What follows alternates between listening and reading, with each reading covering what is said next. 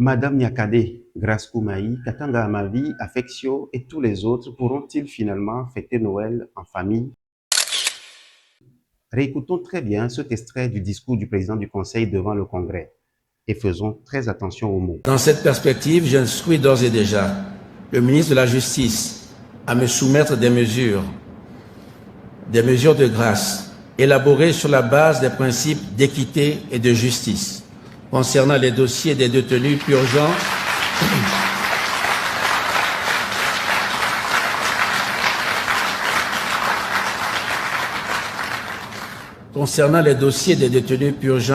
une longue détention, de ceux qui ont commis des délits mineurs ou des détenus âgés en fait de peine ou gravement malades. Le 2 décembre dernier, Fonia Sibé adressait cette instruction claire et solennelle. S'il n'a pas cité nommément les figures connues de la détention politique, il précisait, je cite, « Cette mesure relève d'une exigence d'humanité, mais aussi du respect de nos engagements internationaux », fin de citation, laissant légitimement croire que les personnes arrêtées dans un contexte politique pourraient être concernées par cet élan d'apaisement. Seulement, demain, cela fera 2 semaines.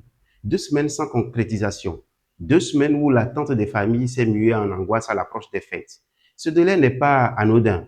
Il interroge, pour 2 raisons tirées du discours même du président du Conseil. Le PC a dit, je cite, « J'instruis d'ores et déjà ». Dans le langage d'État, cette expression n'est pas un ornement.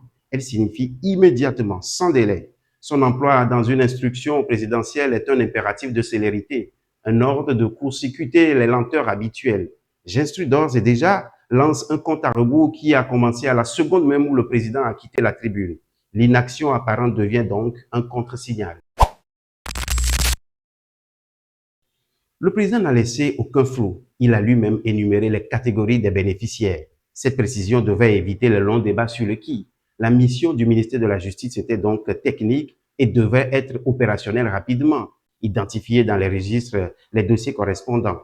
Le travail ne partait pas de zéro. Dès lors, la question s'impose. Si les règles étaient fixées depuis le 2 décembre, pourquoi ne voit-on toujours rien? Au-delà de l'annonce par ailleurs saluée, c'est l'esprit même de la mesure qui est en jeu.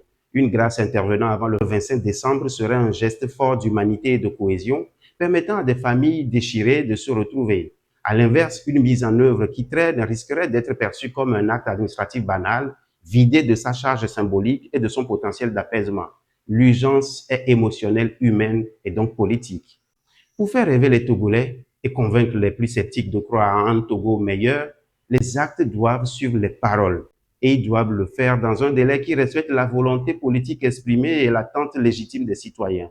La réactivité dans l'action n'est pas une option, elle devrait être la pierre angulaire de la crédibilité même de la Ve République.